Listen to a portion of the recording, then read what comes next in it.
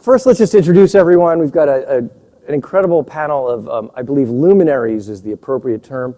Let's start over here with David Mim from SEO Moz. David, can you tell us a little bit about yourself? Who are you? What are you doing? So I work for a company called SEO Moz, as Andrew said.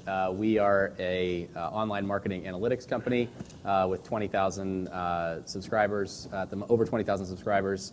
We mostly target our software towards professional marketers and agencies, and we're currently building out a product for local businesses that is based on a site that I helped develop called getlisted.org and sold to them about 4 months ago. Thank you, David. And now we have Will Scott, CEO of Search Influence, just a giant in the search business. Okay, right. I'm Will Scott. Search Influence is a white label provider of digital agency services to traditional media publishers. So all these conferences that media providers are going to, they're hearing about the new wave of digital agencies, and we power those for our customers. Fantastic. Thank you, Will. And over on the paid side of the house, the guys who spend your money, Brian McCarthy with the search agency. Brian, let's hear a little bit about you guys. Sure. Brian McCarthy. I'm the Chief Product Officer for the search agency. We're the largest independent search marketing agency in the U.S. About 5 years ago, we turned our attention to local, and we built the first version of AdMax Local. It's a fully automated paid search platform. We have customers in the UK, in the US, Japan, and Australia. And the quick pitch on that is that paid search is an essential marketing channel for SMBs, and yet it's very hard to deliver paid search to them, sell and deliver it if you're a reseller, an IYP, a CMR, marketing services organization. So the problem is profitability, right? As the budgets get lower, it's hard to deliver a quality product, and make a profit. So, AdMax Local is fully automated. So from sales forward, it's our platform doing the work, from estimation to picking the keywords, ad copy, landing page, the account, bid management, budget management, optimization, and reporting. So it's finally making paid search profitable for the smaller SMBs, the guys that spend maybe between $50 and $500 or $50 and $1,000 a month. And is AdMax Local what you guys announced today, or is that a... Yeah, the full unveiling. This is a SaaS platform. So previously we've been integrating into larger IYPs, and this one brings it down market, so it's easier. It's easier for the smaller companies to participate. Awesome. Okay. And finally, the man who needs no introduction, Brad Peterson for Matchcraft. Brad, why don't you? Brad Peterson, Senior Vice President of Business Development for Matchcraft. We provide search engine marketing services. We have a platform that provisions hundreds, tens of thousands of search engine marketing programs for SMBs globally. We currently operate in 19 countries, 14 languages, and at any given day, we have somewhere between 80 and 100,000 individual merchant campaigns running in our platform. Awesome. Thanks, guys. So when we were trying to figure out what we wanted to focus this search panel on, I think we coalesced around the idea of talking about how do you really effectively service, with these complicated products, the VSB, the very small business, or otherwise known as the cheapskate. And we're going to get to that in a second, but since we have some people here who understand what's been going on with Google lately, and everyone seems to always want to know what's going on with Google lately, I'd love to get the SEO guy's perspective on what's, over the last 2 years, let's say, when the Google Panda updates have been happening, which are updates that Google pushes out that purportedly affect site quality, or sites that have issues with quality. A lot of the local directories seem to kind of borne the brunt of this, and I'm curious, like Dave, from your perspective, like what's the trend you see happening in the publisher space with Google? So I see actually it was kind of a double whammy for a lot of the publishers, with both Panda attacking site quality and then the Venice update in the first part of last year surfacing a lot more localized organic results. So For instance, if somebody types in a phrase like personal injury attorney, it doesn't matter where they are, what part of the country, not only is Google showing the maps, the now Google Plus local results, but they're also showing web results from small businesses in that given market where the person is doing the search. So used to be if you were FindLaw or Avvo or one of these big national directory type sites, you stood a very strong chance of ranking for those phrases just because of the power of your domain. And Google's kind of flipping that model a little bit and trying to surface more SMB or VSB websites even in web search alongside maps. Penguin. Nobody talks about Penguin.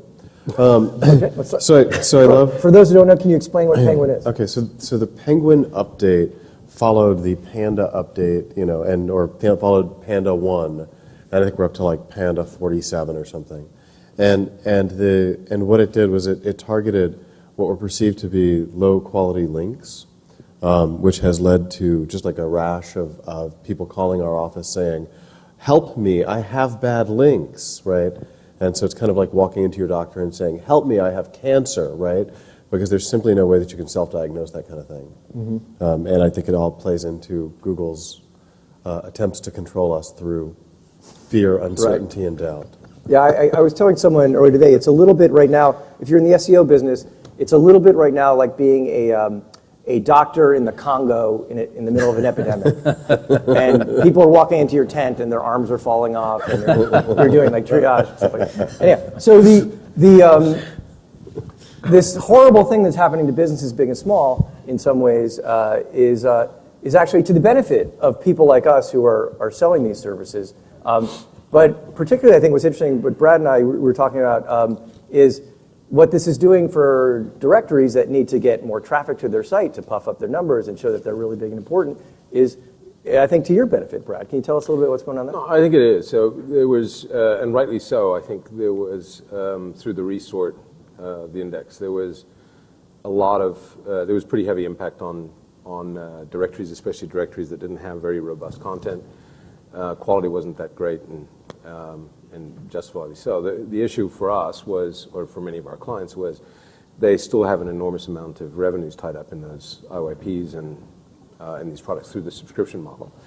And with those changes, they had to become more reliant, still provide good ROI to their subscribing clients, and that meant quite often that they had to spend a lot more money to buy the traffic that was necessary to make sure that their clients were getting a good return. There is another way of dealing with that, and which is to build really good content and to focus on essentially what Google wants and most search engines want, and that is good, robust content and a good user experience. Yeah, I think what I see is the challenge is, in a generic way, if you're in the kind of directory business right now, is how do you become some version of Yelp? That's right. Pretty much. And it doesn't mean you have to have a review site. It means how do you have a brand that means something like Yelp means, and how do you have people adding stuff to your website at an exponential rate that sort of makes it look interesting to a robot. And that is a really tough challenge to do at scale. And what I see happening is companies chasing after the algorithm, trying to like chop off an arm to save the foot or something, and kind of going out of in a death spiral because it takes their eye off the ball of creating a service that actually could obviate the need for any SEO help or need much less SEO help. All right, well, let's move on to the main topic here. Do we have that slide up? Or do I control that slide? It's up. Just came up. Oh, okay, great. Oh, there you go. Tricky. Brad put together this slide that I think illustrates what we're talking about pretty well. Brad, can you give us a little overview of what we're looking at? So it's just quite simply talking about the range of products in the marketplace today, and you have a number of organizations who've attempted to try to take very complex products to market to find out that their SMBs were not really ready and willing and educated enough to make a commitment to buy these products. They didn't fully understand the value, and so a lot more complexity was added to it, and the complexity is not only in the features but also in the execution and provisioning of those products. And to do that profitably is obviously challenging. And so corners end up getting cut.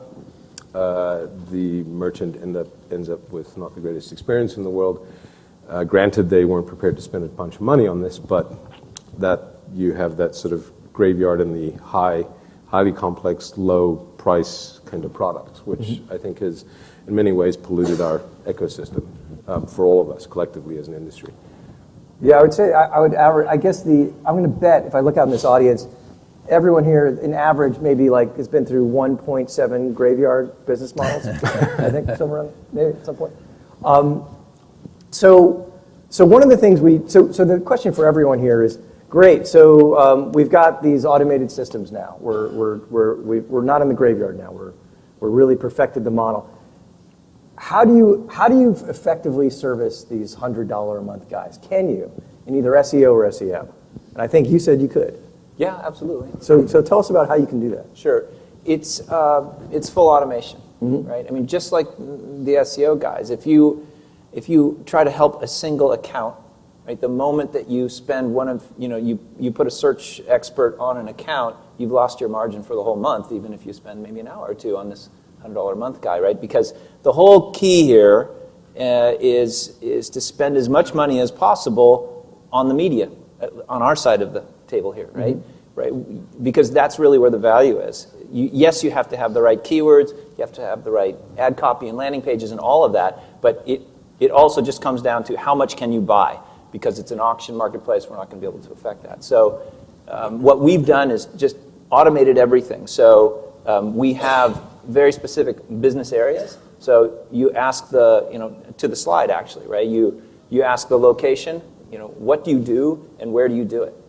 And so we have very specific business areas. Each of those business areas have then the right keywords, ad copy, and so on, the proper landing page. And the result is that you can spend more dollars on media, and still keep a profit because you're not having to have anyone touch it. So I'm by no means an expert in the paid search automation world, but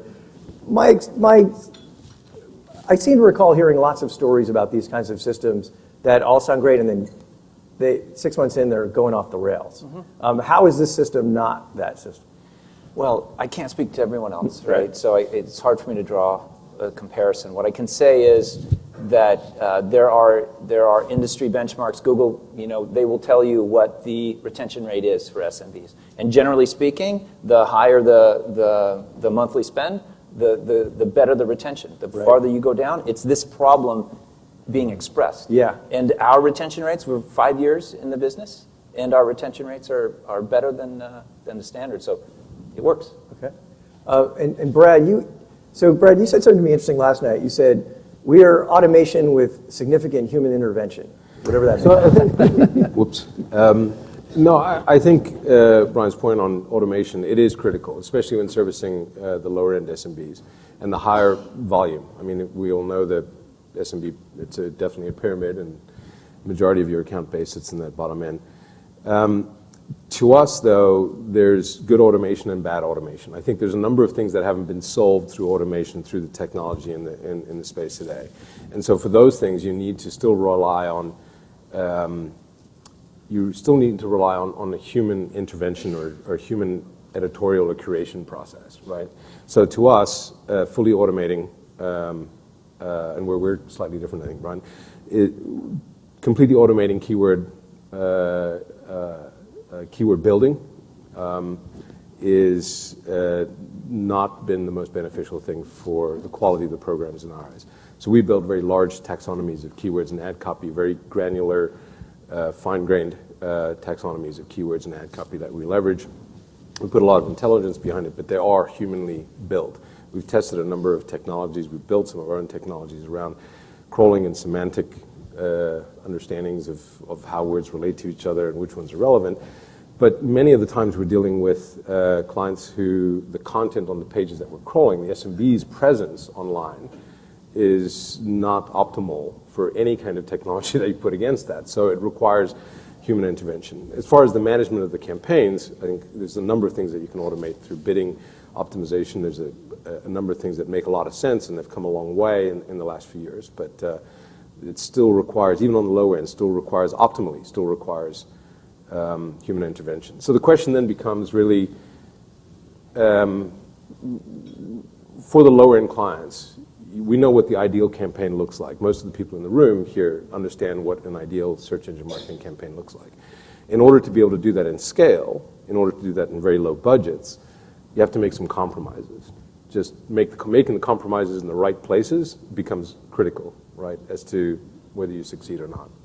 So you guys don't actually touch the customer, or do you? Do you touch? Because you're all go through channels, right? No, the reseller, or whatever that. How much education does the reseller have to invest in signing these guys up and meeting and setting expectations? How much are they investing, or how much? How much? And what's the gap? Do they need to invest?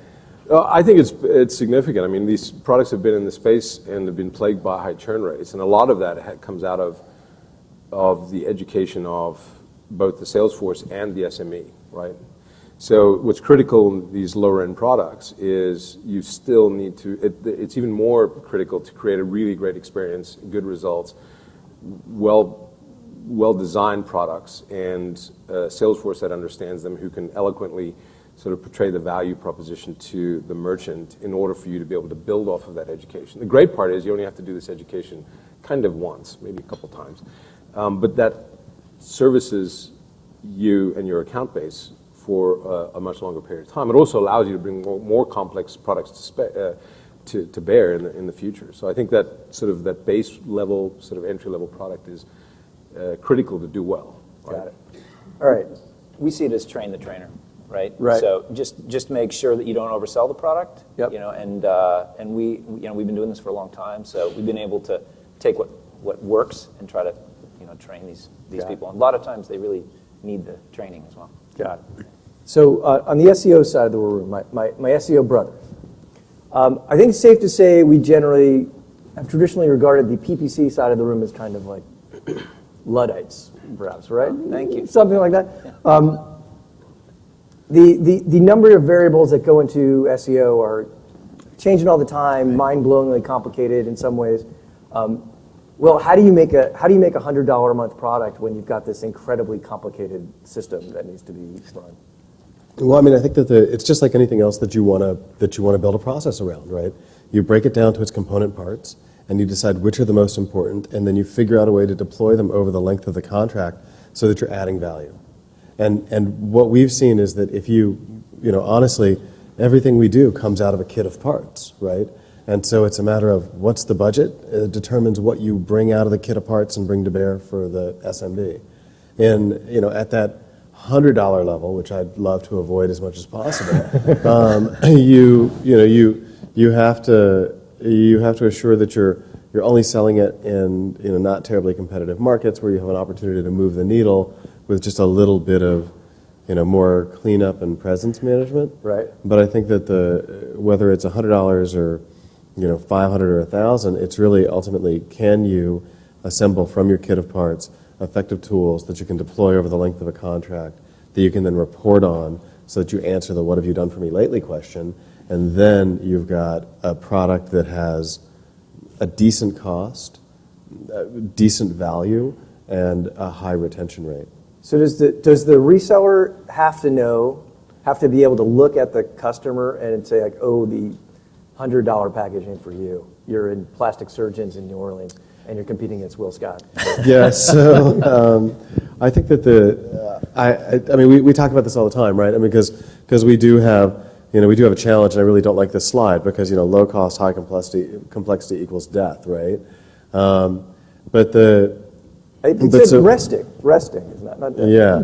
But what we try to do is we try to take the complexity out of it. Right. So if you're going out and you're selling that entry-level presence package, then we want it to be something that can be upgraded, something that's going to be appropriate to whomever that we can grow you up out of over time if you've been undersold. Because the reality of a sales force is, if you say your minimum spend is $350, right? Right. Then what's going to happen is the moment that they hit any resistance, especially if it's a product that they're not super confident in, they're going to default back to the minimum. And if we have zero customer satisfaction at the minimum, then we'll never grow them back up. So we just have to make sure that whatever it is that we put out there as the baseline is something that delivers enough value that we can go back and we can upsell later. Got it. And David, you kind of, I don't know if you blew my mind earlier today or yesterday when we were talking about this, but you made me realize I was totally thinking about the problem in a wrong way. Where you said, hey, like, the little guy, all you need to do is sell him a website to do SEO. Can you tell us a little bit more about that? Sure. So the little guy, typically a plumber in a mid-sized market or somebody like that, typically either has no website, an all-flash website, or a Microsoft front page website from 2001. That right? one of these guys sold them, right? Probably, right. So it hasn't been updated in a while. Some very basic SEO features, for instance, just updating title tags, right? This is a task that a college intern could do at a zero labor cost for an hour in the very first month that you bring the client on, and at the very least you're getting him some traction on 2 or 3 keywords. And the other reason I think that a website is still such an important thing to include in a package that you're selling is if you're, no matter how much or how little you're spending on paid search, if you're sending those to a horrible landing page that isn't converting, the client's not getting any phone calls or emails from those campaigns anyway. So, so I think you really have to start with some kind of website, and especially now in the era of mobile, where people yesterday were reporting 40% of their traffic coming from mobile. I mean, you've got to have a site that looks decent on an iPhone or an Android. So if you don't start with that, I think as your kind of the core of the package you're selling, you're kind of shooting yourself in the foot to be able to upsell them into anything later. And it has, for the love of Pete, a phone number on the freaking homepage, right? I mean, I literally, within the last 6 months, I sat with a designer who was working on a website, I mean, probably a $20,000 website for some plastic surgeons, and we said, hey, it'd be really helpful if you would put the phone number high and to the right, so it'd be a good call to action. Right. And he says to me with a straight face, oh, everybody knows that you scroll to the bottom of the page to get the phone number. I couldn't make this up. Right. Yeah, I think what I've noticed is a trend in our industry, these agencies that service these small guys, so small companies, 5 or 6 guys, more and more they're rebranding themselves as conversion optimizers. Right. Matter of fact, Mike Velasco started Conversion IQ. He changed his whole company. It was SEO Overflow. He changed it to Conversion IQ. There's some really ugly imagery around SEO Overflow in my mind, but whatever. Absolutely.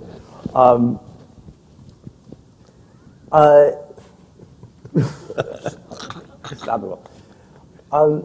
Dave, can you just tell us a little bit more about SEO Moz? I don't think a lot of these guys really know what they do and how this is actually a pretty big company in the SEO business. Right. So we are our sort of brand recognition among folks who do SEO for a living is probably close to 100%, but very limited to that audience. So we have a suite of tools. One of them are probably our most popular tool is called Open Site Explorer that does link research on behalf of, you can basically type any site in from the web and we show you kind of who's linking to that site, who's linking to that page.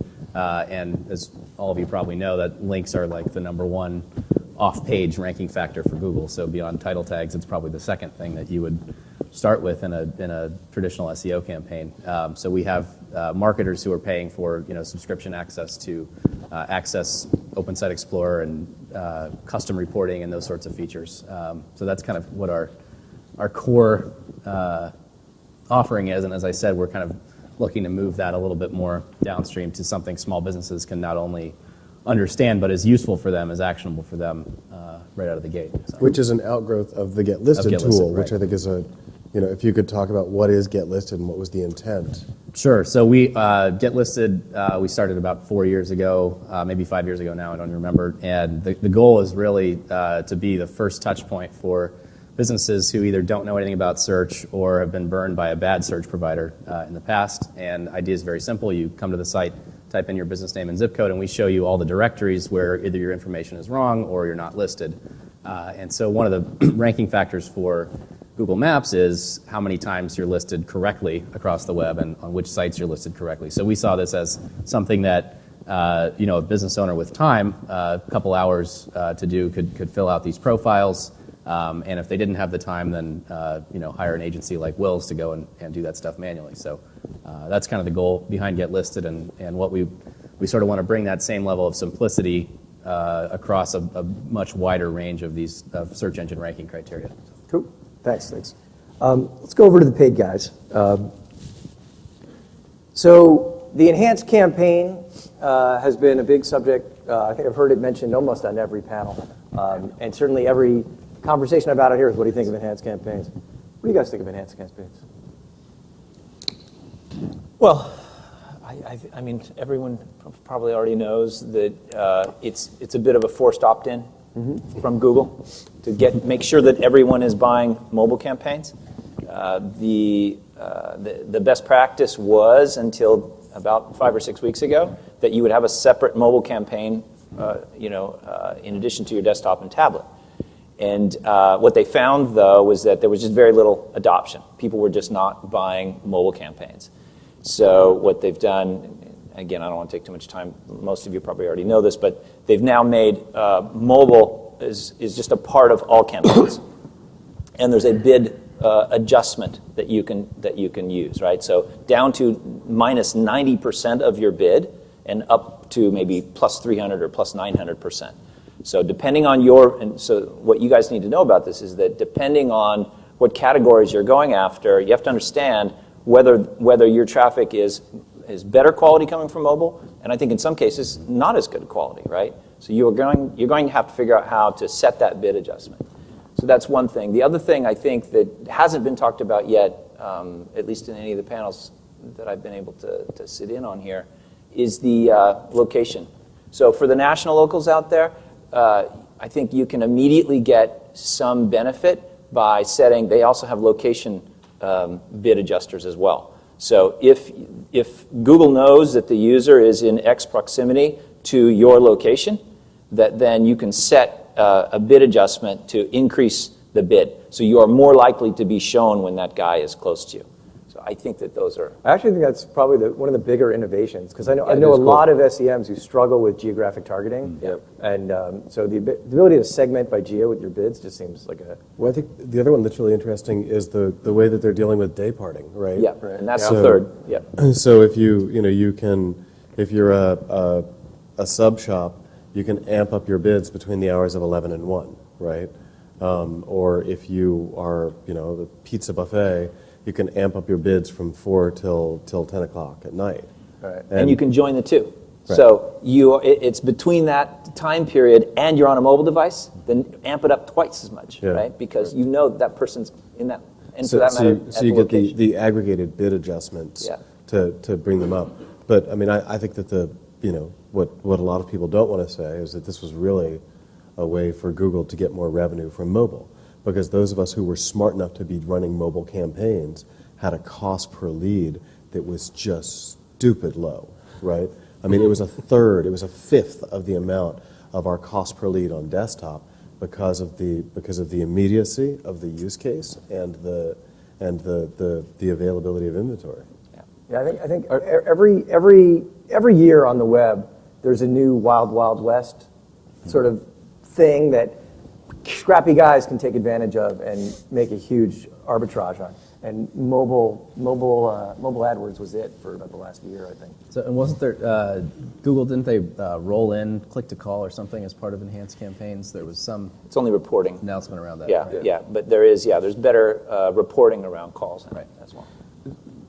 On the positive side, there are better analytics. A number of tools I think would be beneficial. It's still pretty early for all of us, right? To be able to truly tell what the impact is. The biggest issue we had with it was, to us, running a large number of mobile-only campaigns. Those things still acted very differently. The device was important. The ad copy was different. The keywords were different, right? And significantly enough that we treated them as separate campaigns to force them back in together, allowing us additional bidding tools to dial in and dial up, and different times of day parting, all those other types of things are great, with better analytics, etc. Great. But jury's still out for us. I mean, we saw enough of a difference between how devices acted that we believed that they deserved and merited completely independent attention, right? So, In the early announcements, they were joining tablet and desktop, by the way, too. But I think that they are going to end up splitting that out. Yeah, that seems like a huge mistake. Yeah, but they said 80+% of the behavior, tablet and desktop, was the same. But now I think that they're recognizing, no, there's places where it's just not the same. They need to separate it. Yeah, I've been looking at some of your websites on this tablet. I can tell you it's not the same. Optimize a little bit. So social is this thing that's kind of straddles both of these worlds, and over the last couple of years has kind of like changed the game, I think, for all of us. I'm curious on the paid side, like, what are you guys doing? And is there a big Facebook ad business for you guys, or is that just like kind of a cute hobby? I mean, there's still an abundance of inventory. There's no doubt. Yeah. I think I was telling you the story about, we were delivering campaigns that could deliver in minutes, even at the minimum bids and so on. Right. There's an abundance of inventory. The bottom line was when we compared CPCs on Facebook display versus search, there's no comparison. It's 3 times more expensive, et cetera, et cetera. A lot of targeting features and what have you, I think, are really important. Facebook's API has improved significantly. But for us, it's display advertising, right? And that's, I think, no different. Yeah. I'm not Yeah. saying A lot of that's Facebook. bad. Yeah, It's so I just mean, different. and I think that there's I think that that's it's a really interesting thing, right? Is that if you come at Facebook advertising from the mindset of a paid search advertiser, then you want it to be display because that's what it looks like. But when you come at it from the mindset of an SEO, it's a very different thing. And so while, yes, the click-through rate is minuscule compared to traditional paid search, the conversion rates are way better in certain categories. I mean, so particularly when you're looking at lifestyle-type businesses, our ability to slice and dice the demographic and then serve an ad only to the right person and to grow a fan base around an idea is just huge. And everybody talks about the lack of ROI in social advertising, but we're tracking it the same way we track anything else, right? Lead goes through to website, phone rings, hello, and I get to attribute that back to my Facebook campaign and tell you exactly how much money it was. And this is for local, for small guys. Yeah. The other thing that I think Facebook is just at a targeting level, you can get so zeroed in with who you're going after and spend a lot per click on that very small audience, which a lot of times you can't even get that granular on Google because your bid doesn't meet the minimum nickel that Google, it's not even a nickel, it's 50 cents or whatever that Google needs to make on very long tail phrases that used to work great for a lot of small businesses. Well, and stepping back to the social of social, the ability through sponsored promoted posts in particular, the ability to kind of amplify the reach of your social audience for pennies. I mean, it's like I think they recently changed it and they upped the minimum, but there was a point in time where $10 would get you 30,000 impressions essentially of a promoted post. And promoted posts, the format of them has been slimmed down to the point where it's insidious. You don't know the only way that I know that something's a promoted post these days is because I see a brand that I'm not typically seeing in my feed. Yeah, right. And then I look at it and I'm like, oh, it says suggested posts, right? So it's suggested because I paid them.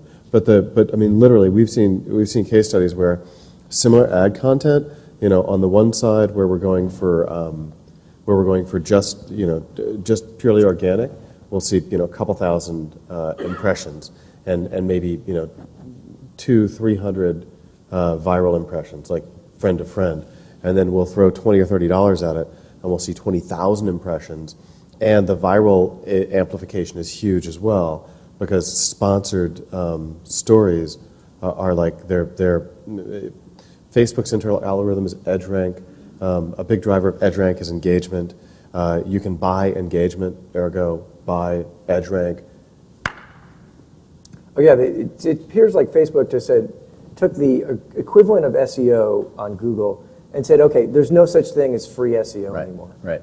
Yeah. If It's you want all paid SEO, you will inclusion, pay right? for it. Yeah. Right? It's It's all paid inclusion. Right. You can buy 1 million fans, and guess what? You're going to have to pay us again to talk to them. But you've bought the right to pay us to talk to them. Right? Well, the numbers I've seen say that it's anywhere between. If there's anyone on Facebook in here, like yeah, 10, come on up. only 10 and 17% of your fans will see anything you post. But all you have to do is throw a few dollars as a sponsored story, and not only your fans, but their friend and grandmother and the guy around the corner who has no connection to you are going to see your thing. So to me, for SMB, micro business, throw $50 a month at Facebook sponsored stories. Right. If you've got decent content, and it's like, What are you guys sort of anticipating for graph search when it becomes more nationwide? come on.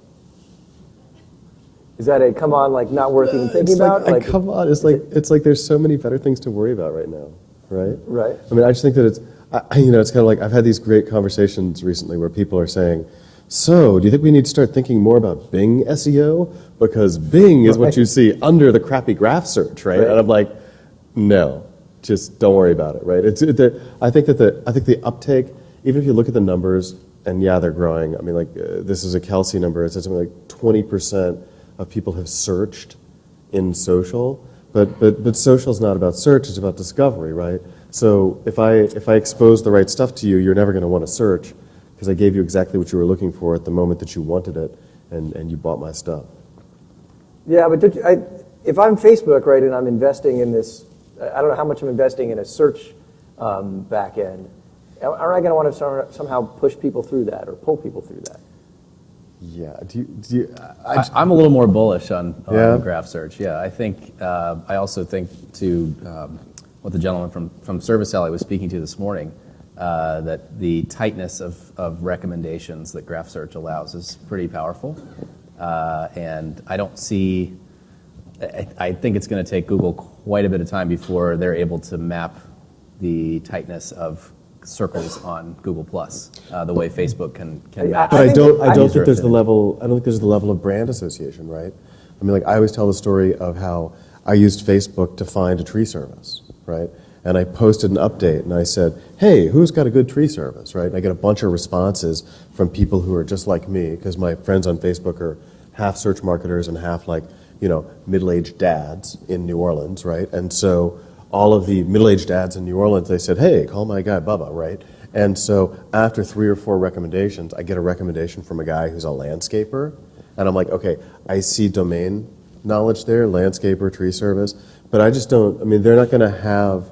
You will not have an edge to a tree service whereby I could search tree service and it will say, you have an edge that connects to David. David has an edge that connects to tree service. Right. Therefore, you get a tree service. So I would suggest that we may want to start thinking about this in about 6 months. But the reality is, if you can create a greater number of edges between you and everybody else in there, then you're going to own it anyway. Yeah, Same idea, different medium. I just think it's going to amp up the, hey, follow me, friend me, like me activity, like merchants like through the roof. Right. Particularly in services where there's a traditional referral, like a real estate agent or something.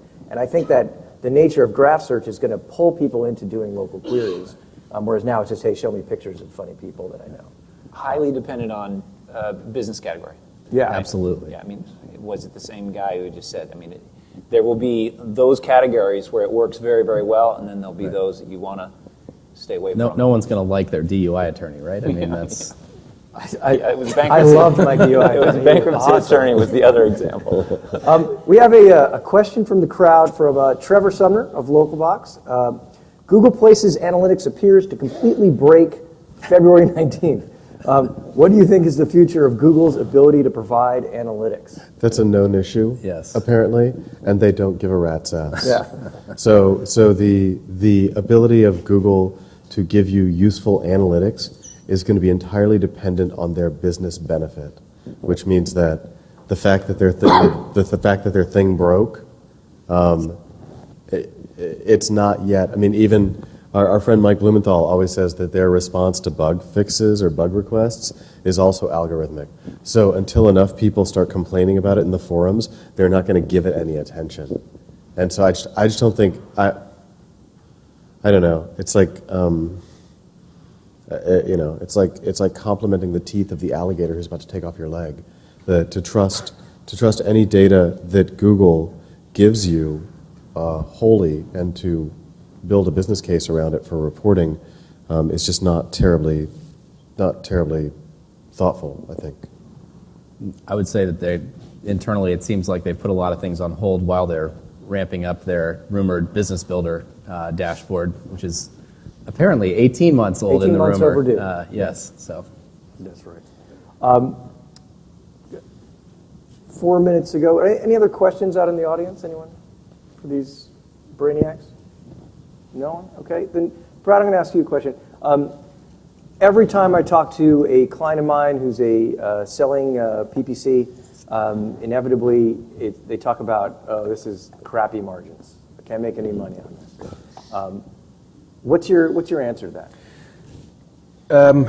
It doesn't have to be. I think certainly when you're doing comparative margins between traditional media, traditional print, it may be less. But certainly there's plenty of opportunity for organizations selling search products. And I'm not just saying that because we provision that.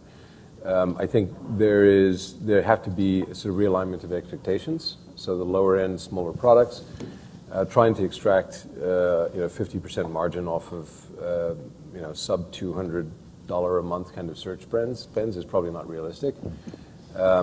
Certainly it's worthwhile doing. It's of massive strategic importance to have those products in the marketplace, to bring your account base along for the ride, to move them upstream into bigger and better things where there is higher margins to be had and bigger benefit for the merchant.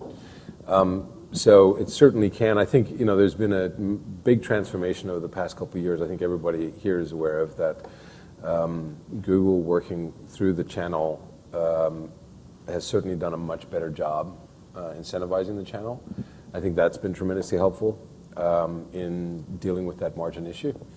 I think margin, to Brian's point earlier about automation, on that lower end is absolutely critical in order to be able to extract fair margin, to reduce the amount of touch that's required for lower end products.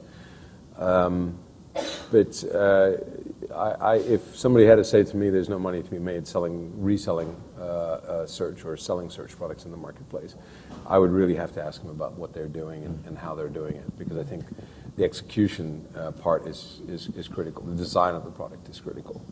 Well, but I mean, so I think one of the points that you make is a really good one, which is when we look at traditional media publishers who are effectively selling holes on the page, 80% gross margin on the product is probably not going to be replicable with search products of any kind. The issue for me is it's a defensive hedge, right? So if you are maintaining 80% margin on a pie that is now 20% of what it was 5 years ago, clearly, you can't fix the holes in that boat by simply, hoping that things will change. So I think that there's a level of acceptance, and leverage of the primary asset that these media companies have, which is their relationships with customers by way of their sales force, and that what that enables is the recovery of revenues that would go elsewhere, albeit at potentially lower margins. And so I think anything where there's a media cost associated with it is going to be inherently more expensive. But we've seen customers getting 50, 60% gross margins on SEO and social products, albeit more about the content. the packaging of other products and services that are much higher margin into the mix is all part of how you succeed in this business. So we're subsidizing your business, is what you're saying. On that note, but we've also got a really important that needs to be revisited. We're actually out of time. Okay. We're out of time. All right. Thank you guys all for joining me today. I hope you guys learned a couple things and spend some money on search. See you later.